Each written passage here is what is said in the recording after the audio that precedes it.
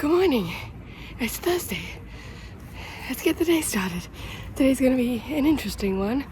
I don't think too much is happening, but I do need to do washing and hopefully I can get leg day in. So yeah, let's see.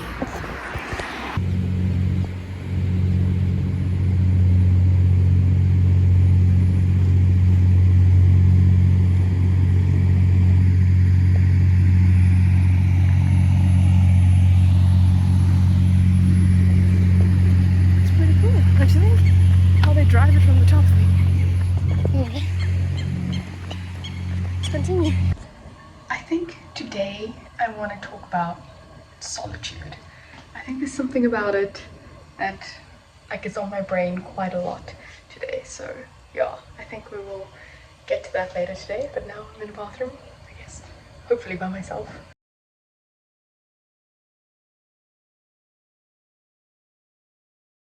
Hello, this is the first time today you've got me with the proper camera. I'm wearing the same shirt as yesterday because it wasn't dirty, and I'm doing washing now, as you can see. There it is. It's fallen down now. Oh, it looks kind of dirty at the bottom, but anyway, the washing is there. It's getting done. We're getting there. Today has been quite a long day. The past few days have been quite a long day. I've done a lot of socializing, which is lovely. Like you saw the day before that, my friend came over for dinner and we had a lovely night. She also stayed over because she lives in Amsterdam and I live here, so it's a bit far for her to travel, so she stayed over and we had a lovely night.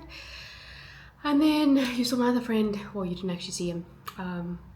He also stayed over and it was his first day here at the university. So yeah, it's been a lot of socializing and probably less sleep than I normally get. And me being an old lady, I needed my sleep. And today I've got a few calls. I've got my, I don't know, I still got them in, there's nothing playing in them. But I've got a few calls from people back home in South Africa that I just need to catch up with them. So yeah, it's been quite a bit of socializing. Oh, my phone is ringing. I'll get back to you on that. That wasn't actually my call. That was a random call that I don't know. I feel like they call you, these telemarketers or whatever call you to see that the number's legit so they can just spam you afterwards. That's what I feel like that call was. But I think I wanted to chat a little bit about today the notion of solitude. I don't have many profound things to say about it, but I think it's something that is, in a way, the most toxic thing that humans can do, but also in a way the most beautiful thing. I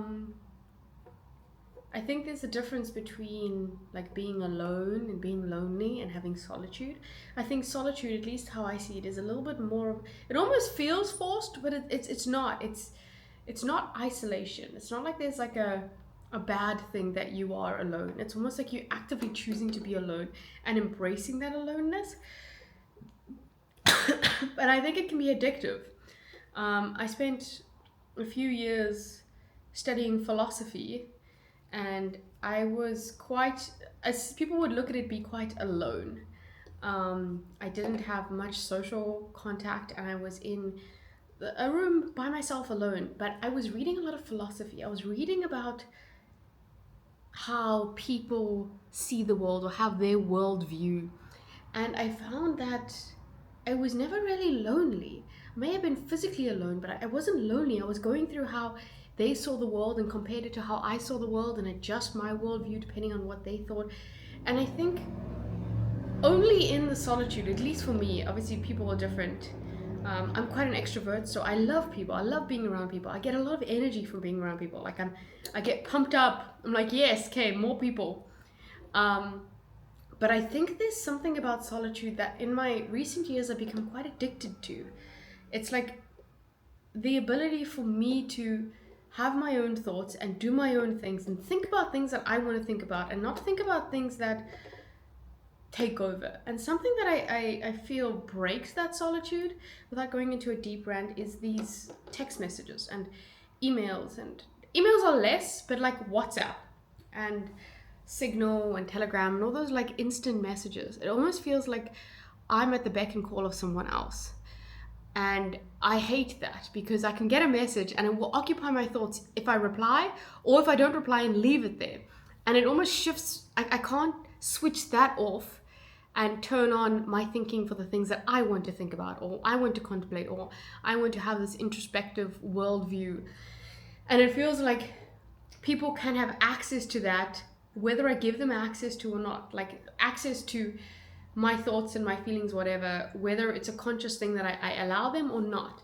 Like someone can send me a message right now and it will affect it. And obviously you can say, oh, this probably existed when technology didn't exist. Like someone can say something to me in person and it can affect me. But I think in person it's almost like you are expecting this social something that's there, whereas now this phone has now become this like invisible like connection to the rest of the world that everyone has access to, and I can't shut it off.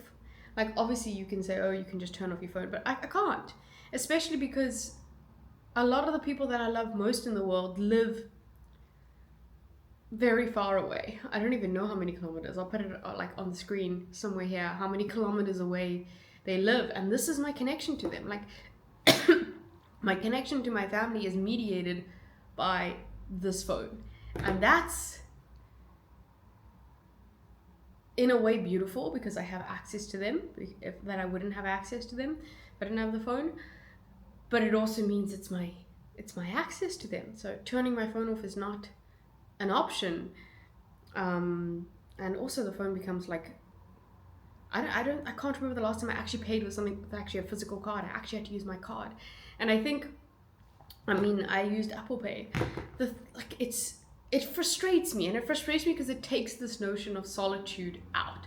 It's me and this social actor that exists right here. This is some sort of extension of myself, and that's hard. I don't like it, and I wish I could change it, but I can't. And let's not even get me started about like social media addiction. This is just access to me, whether it's a phone call, whether it's a text message, whether it's an email. It will instill some sort of feeling in me, and I don't have control over it. I wish I did. So yeah, that's what I'm currently thinking and currently pondering and currently being like, I wonder if I would be less tired. Like, I'm quite tired now after interacting socially with people and going to the office and doing this kind of thing. But like tired in a good way, like a I feel full and a nice good way. But with this phone on me, and let's say I spend the whole weekend alone doing nothing, but the phone is on me, I'm tired at the end of the day. But it's maybe it's the access that people have to me, but it's just tired. And I grew up in a world where we didn't have phones. Like, I'm trying to remember my high school where there wasn't this tie. Okay, that's a lie. We did have phones, but we didn't have smartphones. I'm not that old. But it didn't feel like it was an extension of me. It was a thing that my mom would contact me, and sometimes I would go on BBM to contact friends, but it didn't feel like friends were asking things from me or expected anything of me. Like, the notion of be right back was, I'm logging off, I'm not online, you can't contact me. Now I'm contactable 24/7. So yeah, I don't know. I have no profound insights on it. It's just what's been going through my head, and I wish that I could change it. Anyway, I'm gonna go finish watching some YouTube now and wait for my next call. Okay, it's around about 10 o'clock, and I did have a really lovely calls with people this evening, but I tried to, I think I struggled that my discussion of solitude earlier was a bit difficult. So I thought I would actually leave you with a little bit of a thought experiment that I've written down here on my phone. So I'm going to read it, and then yeah, maybe it'll help you think about what I was kind of trying to get at, trying to explain it. But yeah, so I'm going to call this thought experiment 3 cabins. Imagine you're offered a 1-week retreat to disconnect. You have 3 options. Cabin A is total solitude. No people, no phone, no internet. Just you, a notebook, and the sound of the wind through the trees. The first day is hard, you're bored, restless. By day 3, strange thoughts start to surface. Old memories, unresolved questions, weird realizations. You're alone. It's uncomfortable, but it's real. Cabin B is also isolated, but there's a screen on the wall. It plays vlogs, TikToks, and voices that feel familiar. You're still alone technically, but it doesn't feel that way. You laugh, you cry, you feel connected. You don't grow exactly, but you're resting. Cabin C looks like B, but the AI behind the screen is smarter. It listens to what you say, tracks what you watch, and learns what soothes you. Over time, it becomes perfect. It knows exactly when to comfort, when to distract, and when to flatter. You feel seen, and maybe more than any real person has ever seen you before. So now here's the question I have. In which cabin did you actually spend time with yourself? In which cabin did you feel the most alive? And which one feels the most like your everyday life? Maybe the scariest thing isn't losing touch with other people. Maybe it's losing the ability to be alone and not noticing it happen. So effectively, all 3 cabins involve this being physically alone.